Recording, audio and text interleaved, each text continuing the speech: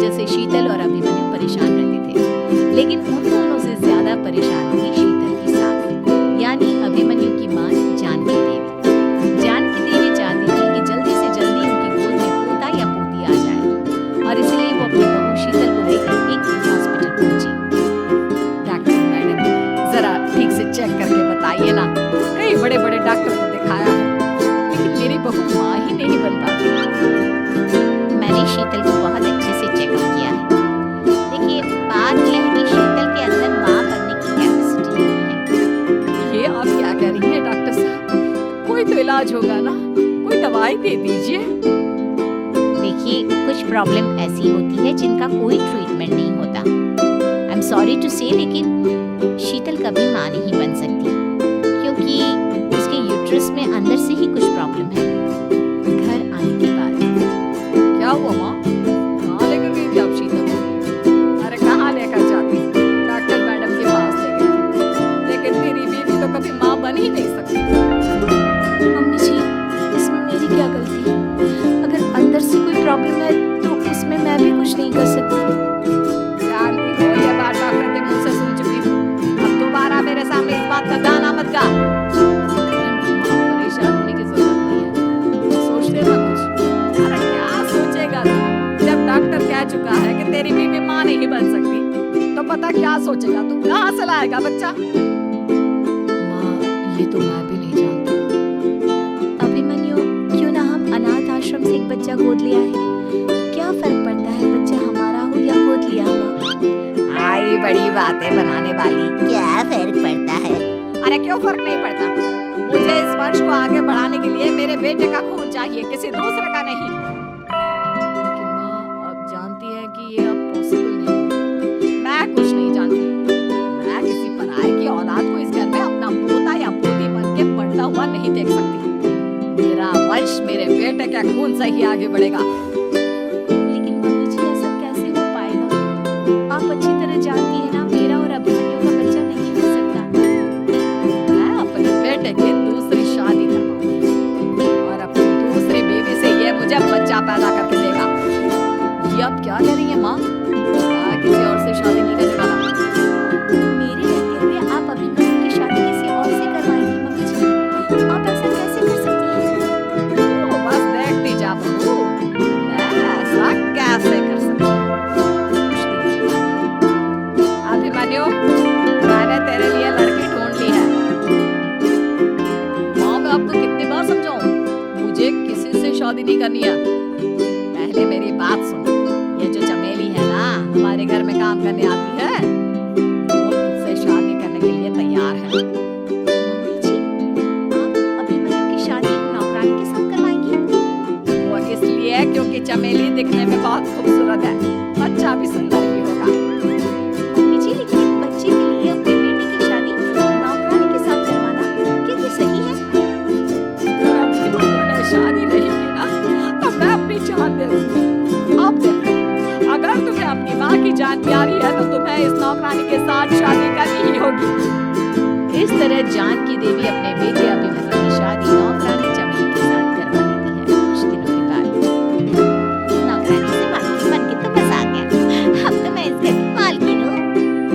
देखो, अपने आप को ज्यादा मालकिन समझने की कोशिश मत करो। एक बार तुम्हारा और अभिमन्यु का बच्चा इस दुनिया में आ जाए, उसके बाद तुम इस घर से हमेशा के लिए चली जाना। अरे जाओ जाओ, किसी और के आगे बातें बनाना। एक बच्चा तो पैदा नहीं कर सकी। बैठ गया। जाओ जाकर मेरे लिए कॉफी बना कर लाओ। नौकरानी मैं हूँ या तुम? मम्मी जी, देखिए ना शीतल मुझसे किस तरह से बात कर रही है। शीतल, तुम्हें पता है ना चमेली प्रेग्नेंट है? मेरे बेटे के बच्चे की माँ बनने वाली है। जैसा कहती है वैसा करो। लेकिन मम्मी जी, वो मुझे नौकर की तरह ट्रीट कर रही है। अरे तो करेगी ना, वैसे भी बहू तुम हो किस काम की? एक बच्चा तो पैदा नहीं कर सकती। जाओ अब घर के सारे काम करो और चमेली को आराम करने दो। थैंक यू मम्मी जी। भगवान आपको भला करे। आप नहीं होती तो मैं नौकरानी से महारानी कैसे बनती? देखो, कभी जो चाहिए सब मिलेगा। खाओ पियो, मजे की जिंदगी। बस मुझे एक बच्चा पैदा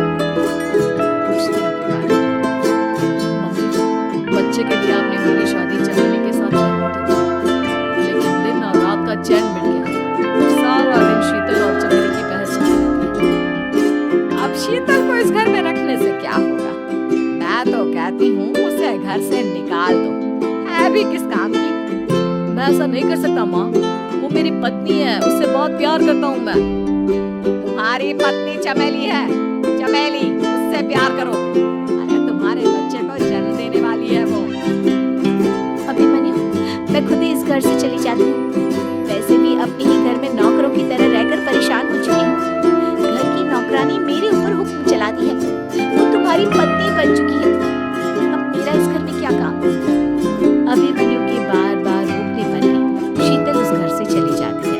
कुछ दिनों के बाद चमेली एक बच्चे को जन्म देती है। मेरी सुनी, मेरे बेटे का घर भर गया, उसका अपना बच्चा ही दुनिया में आ गया।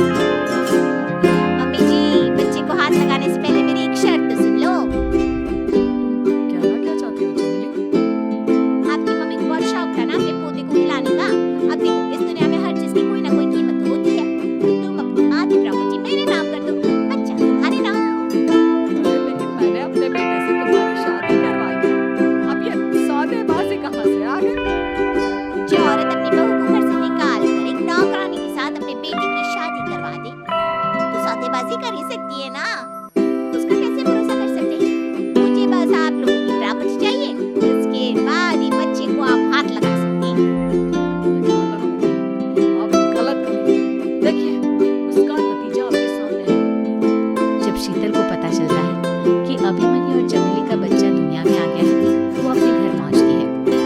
अभिमन्यु, कहाँ है आपका बच्चा? क्या मैं उसे देख सकती हूँ? कुछ भी मत पूछो शीतल। माँ की हुई एक गलती हम लोगों पर भारी पड़ रही है। वो नौकरानी अपनी औकात पर आ रही है और अब हमसे अपनी आधी प्रॉपर्टी मांग रही है, वो भी बच्चे के बदले में। एक बात कहूँ अभिमन्यु, आप उससे कुछ भी देने से मना कर दो। अरे कैसी बात कर रही हो? मेरे बेटे की औलाद है उसके पास, ऐसे कैसे मना कर दे? मम्मी जी, वो अभिमन्यु का बच्चा नहीं है, वो चमेली और उसके बॉयफ्रेंड का बच्चा है। ये तुम क्या कह रही हो शीतल? ये देखिए वीडियो, चमेली और उसका बॉयफ्रेंड आपस में बातें कर रहे हैं कि उन दोनों ने मिलकर आपको बेवकूफ बनाया है और अब इस बच्चे के बदले आपसे प्रॉपर्टी भी हड़प लेंगे। हे भगवान, ये मुझसे क्या हो गया? ना तो बच्चा मिला और अपने बेटे की नौकरानी के साथ शादी करवा दी। सोना, अब क्या होगा? मुझे माफ करो शीतल, मेरी वजह से तुम्हें बहुत तकलीफ हुई है। अभी मैंने कहा, उस नौकरानी को उसके बच्चे से इस घर से बाहर निकाल दो। लगता है मेरे अभिमन्यु का बाप बनने का सपना अधूरा ही रह जाएगा। अभिमन्यु अपनी मम्मी से कभी भी परेशान ना हो। आपको याद है, एक बार हम एक IVF सेंटर गए थे। मैंने फिर से वहाँ जाकर बात की और आपको पता है, इस बार मैं प्रेग्नेंट हूँ, क्योंकि हमने वहाँ पर प्रोसीजर करवाया था जिसकी वजह से मैं प्रेग्नेंट हो गई थी। और इस बात का पता मुझे बस कुछ महीने पहले ही लगा है। हमारा बच्चा इस दुनिया में आने वाला है अभिमन्यु। मुझे माफ कर दो शीतल बहू, मुझसे बहुत बड़ी गलती हो गई। कोई बात नहीं माँ, लेकिन अब हमें उस धोखेबाज नौकरानी को इस घर से बाहर निकालना है और इस घर की मालकिन को वापस घर लाना है, वो भी अपने बच्चे के साथ।